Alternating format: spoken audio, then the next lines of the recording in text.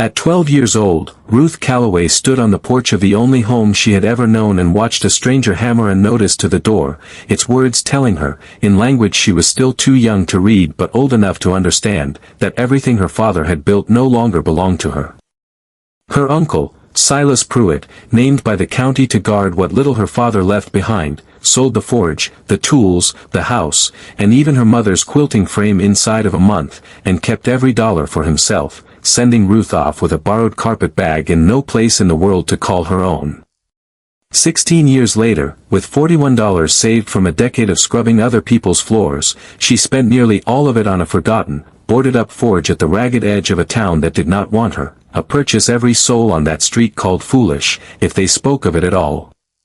But sealed behind its crumbling back wall waited something that would not only change the course of Ruth Calloway's life, but restore an entire town to itself. Settle in, and let us tell you her story. If you have ever been told that where you come from decides where you're allowed to end up, tell us in the comments below. This story is for you. Before the notice on the door, before the word orphan ever touched her, we find Ruth Calloway simply as a smith's daughter, and in the town of Larkspur Hollow, Kansas, in the years just after the war, that was a fine thing to be. Her father, Thomas Calloway, kept the only forge for 11 miles in any direction, a low-roofed building of hand-hewn timber and fieldstone standing at the crossing of the wagon road and the creek, so that anyone traveling through, cattlemen driving stock north, families rattling west with their whole lives lashed to the wagon boards, circuit preachers, peddlers, soldiers coming home changed, had reason to stop there at least once. Thomas was not a large man, but his forearms were corded like rope from 20 years of swinging a hammer, and his voice carried the same unhurried patience he brought to his work, as though he understood that iron and people both needed time to be shaped rightly, and that rushing either only left them brittle. Ruth's earliest memories were built around the rhythm of that forge, the roar of the bellows waking the coals to orange, the hiss of hot metal plunged into the slack tub, the particular ring, high, then lower still, that told her father a weld had taken. She sat on an overturned nail keg just inside the door, close enough to feel the heat on her face, and watched him work for hours without growing restless, the way other children grew restless in church. Her mother, Naomi, had come from a family of Ohio Quakers and brought into the marriage a quiet steadiness that tempered Thomas's occasional gruffness, along with a conviction, unusual for the time and place, that a daughter's mind was worth as much cultivating as a son's would have been. It was Naomi who taught Ruth her letters using scraps of paper salvaged from feed sacks, who kept a small shelf of books, a Bible, a volume of Aesop, an almanac, and who insisted Ruth learn her figures well enough to keep the forge's accounts, because, she said, a woman who cannot read her own ledger is at the mercy of whoever can. Ruth was 6 when a fever took her mother in the space of 4 days, one of those swift, merciless sicknesses that moved through the Kansas towns in certain summers and left households rearranged overnight. Thomas grieved the way many men of his generation grieved, by working harder and speaking less, and it was in the year following Naomi's death that he began, almost without deciding to, teaching Ruth the trade in earnest. He never called it unusual, and so Ruth never thought to feel that it was. By 7 she was pumping the bellows and sorting scrap iron by weight and grade.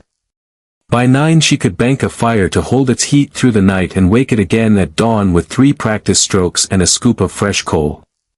By 11 she was permitted to draw out small stock herself, nails, simple hooks, the plain iron rings used on harness, under her father's watchful eye, and though her arms ached in a way she never confessed to him, she came to love the honesty of the work, the fact that a piece of iron could not be flattered or argued with, only shaped through patient, correct effort.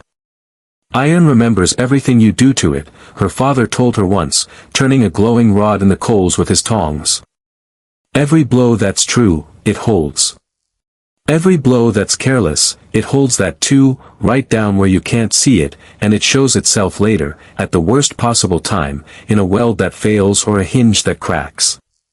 So you be honest with it, every time, even when nobody's watching to know the difference. Ruth did not fully understand, at 11, that he was teaching her something larger than blacksmithing, but she carried the words anyway, the way children carry things they will not need until much later. The forge was, in its way, the true center of Larkspur Hollow, more than the church or the dry goods store, because everyone eventually needed something mended, shod, or made, and Thomas Calloway had a habit that worried some of the town's more practical citizens. He never turned away a family that couldn't pay.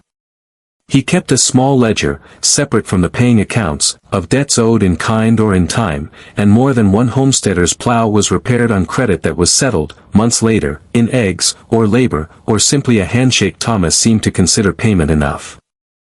Ruth watched this too, and absorbed it the way she absorbed everything in that forge, not as a lesson explicitly given, but as the shape of the world as it was meant to be, iron and generosity forged from the same unhurried patience.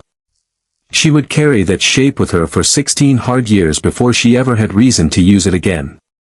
The winter Ruth turned 12, an illness came through Larkspur Hollow that the doctor called pneumonia and the older women called simply the bad chest, and it took her father in 9 days, the same relentless swiftness with which it had taken her mother 6 years before. Ruth nursed him as best a 12-year-old could, boiling rags and spooning broth and sitting up through the coldest nights with her hand pressed to his chest to feel it still rising, and when it finally stopped, in the gray hour just before a February dawn, she understood with a clarity that felt almost peaceful, in the way shock sometimes is, that she was now entirely alone in the world. Her father's estate passed by county law into the hands of his only living relative, a half-brother named Silas Pruitt who had drifted through Larkspur Hollow twice in Ruth's memory, both times asking Thomas for money and both times leaving with some, though never enough to satisfy him for long. Silas arrived within the week of the funeral, wearing a black coat too fine for a man of his usual habits, and set about settling the estate with an efficiency that struck even the town's undertaker as unseemly. He did not ask Ruth what she wished to keep. He walked through the house cataloging it with a lawyer's clerk trailing behind him, and within a month the forge itself had been sold to a smith from the next county over, the tools sold separately to a passing peddler, the house sold to a grain merchant, and even small, worthless-seeming things. Her mother's quilting frame, her father's second-best coat, the shelf of books Naomi had kept, sold or simply given away to clear the property faster.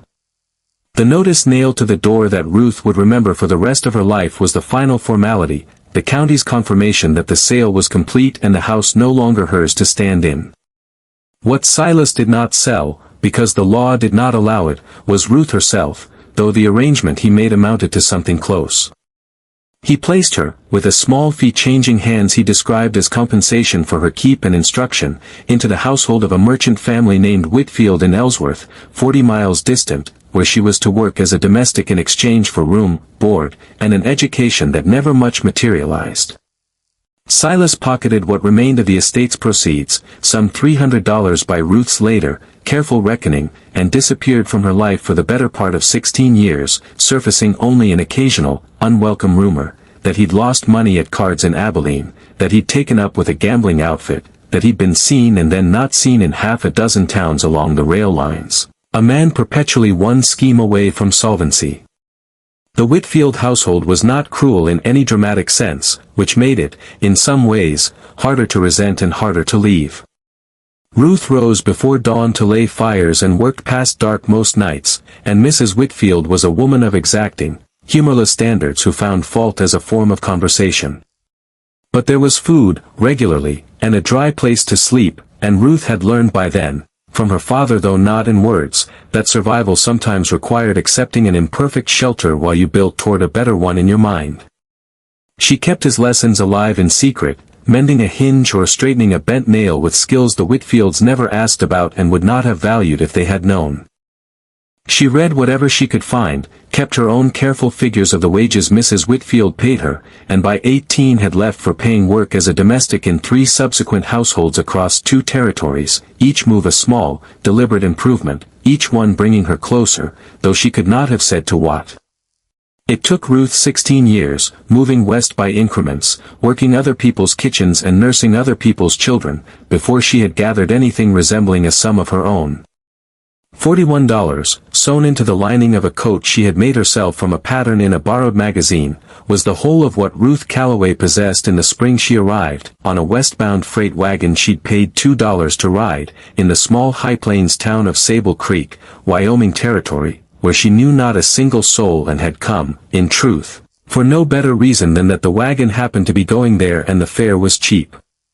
We find her now in the spring of 1887, still deciding, along with the town itself, what kind of place Sable Creek wanted to become.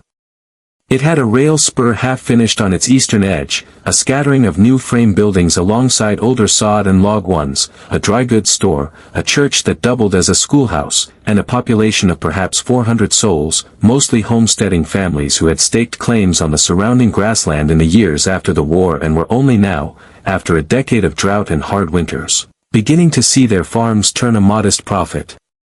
Ruth took a room, paid by the week, above the dry goods store, and set about looking for work, offering herself first as a domestic, since that was the trade she had a reputation in, but asking wherever she went whether the town had need of a smith. It was the store's proprietor, a kind, talkative woman named Hattie Boyd, who told her about the old forge at the edge of town, Hargrove's place, she called it, though everyone knew Eli Hargrove had been 6 years in his grave. Been sitting empty since he passed, Hattie said, wrapping a length of ribbon around her finger the way she did when deciding how much to say. Folks don't much go near it. Something about the way he went, sudden, alone, out there one evening working late same as always, and in the morning old Ezra Combs found him fallen right there by the anvil, gone cold in the night. Some say the place is unlucky. His sister Prudence tried to keep it a spell after, hoping some smith might come take it over proper, but nobody wanted it, and she moved on to her married daughter's place in Cheyenne some years back. I expect she'd sell it for whatever she could get, just to be shut of it. Ruth walked out to see it that same afternoon. The forge sat a quarter-mile from the main street, at the end of a rutted track grown up in bunch grass, a low building of weathered plank walls and a stone chimney that had lost perhaps a third of its mortar to weather and neglect. The roof sagged at one corner where a beam had begun to give, and the door hung on a single hinge, but when Ruth pushed it open and stepped inside, she felt something settle in her chest she had not felt since she was 12 years old, sitting on a nail keg, watching her father work. The anvil was still there, rust-furred but sound beneath it, the bellows cracked but reparable, the stone forge itself cold 6 years but structurally whole, built by hands that had known what they were doing. She wrote to Prudence Hargrove in Cheyenne that same week, offering $9 for the building and everything left inside it, a sum that felt to Ruth like a considerable risk and to Prudence, by the promptness of her reply, like a burden finally lifted. The sale went through within the month, and when word passed through Sable Creek that the strange, quiet newcomer had bought Hargrove's cursed old forge with money apparently saved from scrubbing floors, the reaction was not unkind so much as bemused, a general sense that Ruth Calloway had spent $9 on $9 worth of bad luck and hard labor. You'll have that place fixed up just in time for it to fall down around you, old Ezra Combs told her, not unkindly, the first week she was clearing brush from the yard. Ruth thanked him for his concern and kept working.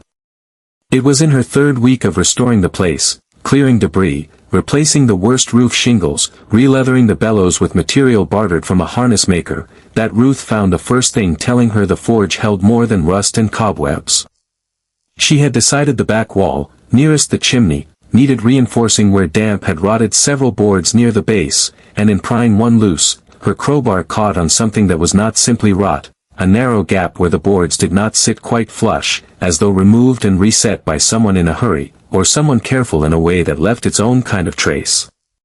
Behind the loosened board, tucked into a shallow cavity between the studs, Ruth found a small tin box, rusted at its seams but sealed with wax that had kept the damp mostly out, and inside, wrapped in oilcloth, a single iron key of unusual make, along with a folded scrap of paper in a firm, careful hand that read, "For whoever has the sense to start this forge again, there is more here than iron.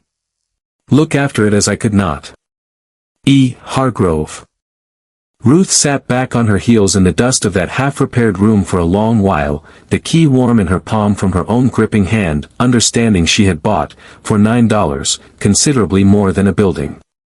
The key fit no door Ruth could find, not the forge's own entrance, not the small side room Hargrove had used for storage, and it took her 2 more days of careful searching, tapping along the walls the way her father had once taught her to test a weld by the ring it gave back, before she found the second hollow place, a full panel behind where the old workbench had stood, fitted so that the workbench itself, pushed back into place, concealed the seam entirely. Behind that panel, in a cavity built with even more care than the first, sat an iron strongbox, unmistakably a smith's own work, and a leather satchel gone stiff with age.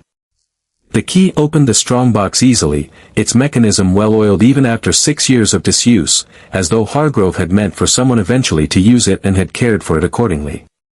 Inside, Ruth found coin and folded bank notes amounting, by her careful count that evening under lamplight, to just over $600, a sum so far beyond anything she had ever held that her hands shook counting it twice to be certain, along with a ledger bound in oilcloth, its pages filled with names, sums, and dates in the same firm hand that had written the note in a tin box.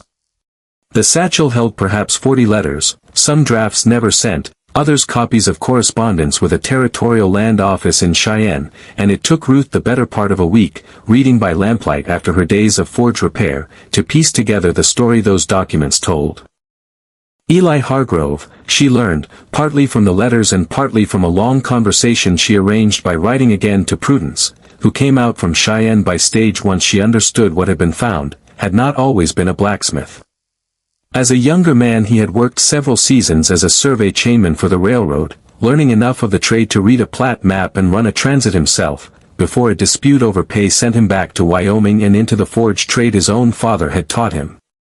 That old training mattered more, in the last 2 years of his life, than anyone in Sable Creek had understood at the time. A land agent named Cornelius Vane, representing an outfit calling itself the Continental Land and Trust Company, had arrived in the region some years back on the strength of a rumored rail spur extension, and had begun, quietly through the Territorial Land Office, filing contest claims against a number of homestead patents in the district, alleging boundary discrepancies traceable to an earlier, hastily conducted government resurvey. The contests, on their face, looked like ordinary bureaucratic friction, the kind of thing homesteaders across the territory dealt with as surveys were corrected. But Hargrove, shoeing horses and mending tools for half the ranchers and farmers in the district, heard enough complaints and saw enough of the actual paperwork brought to him by worried customers seeking his advice, for a man who had once run a transit was, in a town like Sable Creek, as close to an expert as most families had access to, that he grew suspicious the discrepancies were not honest error at all. He began, in his evenings after the forge closed, quietly resurveying several of the contested boundaries himself, using an old transit he still owned, and what he found, recorded meticulously in the ledger Ruth now held, was that the original markers had not been in error. They had been moved, shifted just enough, in 6 confirmed cases, to place valuable creek frontage and timber acreage inside the boundary of adjoining, unclaimed land. The Continental Land and Trust Company then moved swiftly to file on land it intended, once the contested homestead patents were invalidated and abandoned by families unable to afford the fight, to sell at considerable profit for the railroad's right-of-way and depot grounds. The letters told the rest. Hargrove had begun quietly organizing what he called, in his own notes, a defense fund, accepting small contributions from grateful customers and neighbors. The ledger recorded sums as small as 50 cents and as large as $20, dozens of names Ruth already recognized from her weeks in Sable Creek, families she passed on the road and nodded to at church, intending to use the money to cover the filing fees and legal costs that affected homesteaders would need to formally contest. Vane's claims before the land office's own resurvey deadline, a date Ruth found in one of the more recent letters set for the coming autumn, less than 5 months distant from the day she read it. Hargrove had been close, by the evidence of his last letters, to compiling a complete case, correspondence with a sympathetic Cheyenne clerk suggesting the Deputy Surveyor General himself might be persuaded to review the district personally if presented with sufficiently documented proof. And then, on an evening in early autumn 6 years past, alone in his forge as he so often was, his heart had simply stopped, and the work had stopped with him, sealed behind a wall by a man too careful, or perhaps too frightened by then of what Vane's people might do if they searched his forge first, to leave it lying in plain sight. Prudence Hargrove, weeping quietly at Ruth's kitchen table over coffee gone cold, confirmed what the letters implied, that in the months before Eli's death he had confided, in guarded terms, that he believed Cornelius Vane suspected him of gathering proof, and that he had once returned to the forge late at night to find a window forced and papers on his workbench disturbed, though nothing, so far as he could tell, taken. He never would say who he thought did it, Prudence told Ruth, but he started sleeping out there some nights after, on a cot by the anvil, and he took to hiding things he cared about. I thought it was grief talking, or worry over money. I never thought. She did not finish the sentence, and Ruth did not ask her to. Ruth understood, turning the ledger's pages long after Prudence had gone to bed in the room Ruth made up for her, that 6 years had not made the danger in those documents any smaller, only more urgent. The original deadline mentioned in Hargrove's letters had apparently been extended once already, by a territorial ruling Ruth found referenced in a newspaper clipping tucked among the letters, and now stood, by her best reckoning against a copy of the Territorial Gazette Hattie Boyd kept behind her counter, less than 11 weeks away. 11 weeks in which every family whose claim Vane had contested, 14 names in Hargrove's ledger who had not yet resolved their disputes, families Ruth now recognized by sight from Sunday pews, would either find the money and proof to defend their homesteads, or lose them by default for failing to respond before the deadline closed. We should say Ruth was not naive enough to think she could simply walk into the land office and hand over a dead man's ledger without consequence. She spent her first careful weeks doing what her mother had once taught her to do with any account before acting on it, verifying it quietly, against sources Vane would have no reason to suspect. She rode out, on a mule borrowed from Hattie Boyd, to speak with 3 of the 14 families named in Hargrove's ledger, presenting herself simply as the new owner of the old forge with questions about a survey dispute she'd heard mentioned, and found in each case a family frightened, confused by legal language they had no means to properly contest, and quietly relieved that someone seemed to be taking an interest. It was this quiet legwork that reached Cornelius Vane's ears before Ruth was fully ready for it to. Vane kept an office above the bank in Sable Creek's Main Street, a well-dressed, soft-spoken man of perhaps 50 who was, by all outward appearance, a pillar of the town's ambitions. He had donated toward the church roof, sat on the school board, spoke often and eloquently of the prosperity the rail spur would bring. He called on Ruth at the forge himself, on a bright morning in early summer, dressed as though for church, and complimented her, with every appearance of sincerity, on the progress she had made restoring poor Hargrove's old place. He came, he said, with a business proposal. He had long admired the property's situation near the proposed depot grounds, and would be pleased to offer Ruth $200 for the forge and its contents, a sum, he noted, considerably more than she had paid, allowing her to start fresh somewhere with less unfortunate history attached. Ruth thanked him for his interest and declined, telling him only that she had grown fond of the place and intended to keep it. She watched something shift very briefly behind his composed, pleasant face, not anger, precisely, but a recalculation, the look of a man revising a plan he had believed simple. He left with the same courtesy he'd arrived with, but within the fortnight, Ruth began to notice the shape of a different kind of pressure. A rumor reached her, by way of Hattie Boyd's obvious discomfort in repeating it. That Ruth Calloway had been seen acting strange out at the old forge, talking to herself, some said, or claiming to hear the old smith's ghost. A story with just enough truth in its origin. Ruth suspected that someone had likely noticed her reading the ledger's contents aloud to herself as she worked, a private habit twisted into something stranger by the retelling. The bank, where Ruth had opened a small account for the forge's modest early earnings, informed her without explanation that it was reviewing the terms of a small equipment loan she had taken for New Bellows Leather and Coal, a loan that had never before been in question. And one night in July, Ruth woke to the sound of breaking glass and came out to find the forge's single window shattered by a thrown stone, no note attached, none needed. She did not frighten easily. 16 years of building a life from other people's discarded corners had seen to that, but she understood, standing in her nightclothes among the broken glass with the 11 weeks now counted down to 7, that Cornelius Vane intended to make Sable Creek uncomfortable enough for her that she would leave before finishing what Eli Hargrove had started, and that she would need help she could not gather alone, and would need it soon. Ruth's first ally was Hattie Boyd, who upon hearing the whole account, the ledger, the letters, Vane's visit, the broken window, set down the ribbon she had been winding around her finger and said only, "Well, then, we'd best get to work," in a tone that settled the matter as far as she was concerned. Through Hattie, Ruth found the town's minister, Reverend Amos Kirby, a mild man in the pulpit but, it turned out, a former schoolteacher with a patient eye for documents, who spent 2 evenings at Ruth's kitchen table cross-referencing Hargrove's survey notes against official plat records Hattie's late husband, once a notary, had kept copies of in the store's back room. Between them, working by lamplight through the last weeks of a Wyoming summer, they built from Hargrove's unfinished ledger a complete accounting, 14 families, 6 confirmed boundary alterations, a clear chain of dates showing the markers had been moved after the government's original resurvey and before Vane's company filed its contests, and, most damning of all, a set of letters in Hargrove's own copies showing correspondence between Vane and a surveyor's assistant named Whitcomb, since departed the territory, that all but admitted the alterations had been made for payment.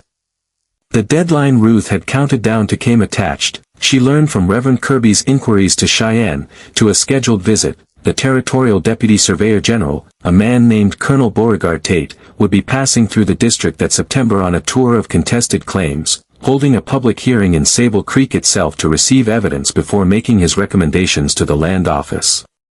It was, Ruth understood, both the danger and the opportunity Hargrove had been waiting 6 years, silently, for someone to seize, a chance to present the whole accounting not to a distant office by mail, where it might be delayed past the deadline, but directly, publicly, to the one man with authority to act on it at once. In the final week before Colonel Tate's arrival, Ruth did something that surprised even Hattie Boyd. She called a meeting, held in the schoolhouse on a Wednesday evening, and invited every family named in Hargrove's ledger, along with any other citizen of Sable Creek who cared to attend. She stood before them, a woman most of the town had known barely 5 months, who had bought a cursed old forge with a scrub woman's wages, and laid out, plainly and without embellishment, everything Eli Hargrove had discovered and died, unfinished, trying to prove. She showed them the ledger. She read from the letters. And she told them the $600 Hargrove had quietly gathered from their own neighbors over years of small, trusting contributions still sat, to the penny, in the strongbox he had hidden, waiting to cover every filing fee and legal cost any of the 14 families would need to defend their claims before Colonel Tate. The hearing itself, held 3 days later on the schoolhouse steps for lack of any room large enough to hold the crowd that gathered, unfolded in a manner Cornelius Vane had plainly not anticipated. He arrived expecting, as he had for 6 years, to present his company's claims to an indifferent official reviewing paperwork at a comfortable distance. He found instead Colonel Tate seated at a table with Hargrove's original survey notes spread before him, already cross-checked against the government's own resurvey records by a clerk Reverend Kirby had corresponded with in Cheyenne, and 14 families present in person, along with the letters bearing Vane's own correspondence with the man who had moved the markers. Vane attempted, for a time, the same composed and reasonable manner he had brought to Ruth's forge that summer morning, suggesting the documents were the confused ramblings of a dead man and a credulous newcomer. But Colonel Tate, a careful and unhurried reader, asked Vane directly to explain a letter, dated 18 months before Hargrove's death, in which Vane himself referenced adjustments to the northern boundary markers, as discussed, and Vane, standing before his own neighbors and a territorial officer with the authority to end his enterprise in the district, found that particular question considerably harder to answer than any he had faced before. By the time Colonel Tate closed the hearing that afternoon, he had already indicated, in language careful enough for an official record but plain enough for everyone present to understand, that the Continental Land and Trust Company's contest claims would be recommended for dismissal across the district, and that Cornelius Vane's own conduct would be referred for further review. Vane left Sable Creek within the month, his office above the bank standing empty, his name spoken afterward mostly in the low, embarrassed tones people use for a thing they are relieved to be finished discussing. It was in the confused, celebratory days following the hearing, word of the outcome spreading fast enough along the rail lines that even distant relations heard it, that Silas Pruitt reappeared in Ruth's life for the first time in 16 years, stepping off a stage in Sable Creek in the same too-fine coat he seemed always to wear when he believed money was nearby, introducing himself around town as Ruth's uncle and, he implied to anyone who would listen, a man with some claim on whatever fortune his niece had uncovered. He found, to his evident surprise, that Sable Creek already knew Ruth Calloway well enough, and had grown fond enough of her, that his arrival was met with the same polite, unhurried suspicion the town had once shown her. Ruth received him once, briefly, on the porch of the forge she now owned outright, and told him, without anger, that the fortune he had come seeking had never belonged to her family in the first place and belonged even less to him, and that he was welcome in Sable Creek only on the same terms as any other stranger passing through. Silas Pruitt left on the next stage west, and Ruth never saw or heard from him again. By the time the first snow came to Sable Creek that November, the forge Ruth Calloway had bought for $9 stood fully restored, its chimney remortared, its roof sound, its anvil ringing most days with the ordinary, honest work of shoeing horses and mending plows that had been its purpose long before it ever held a dead man's secret. 14 families kept their land that year who might otherwise have lost it, their claims confirmed clean and clear on the territorial record, and the $600 Eli Hargrove had spent his last years quietly gathering had gone, every dollar of it, exactly where he intended, distributed among them with none held back, not even by the woman whose forge had hidden it.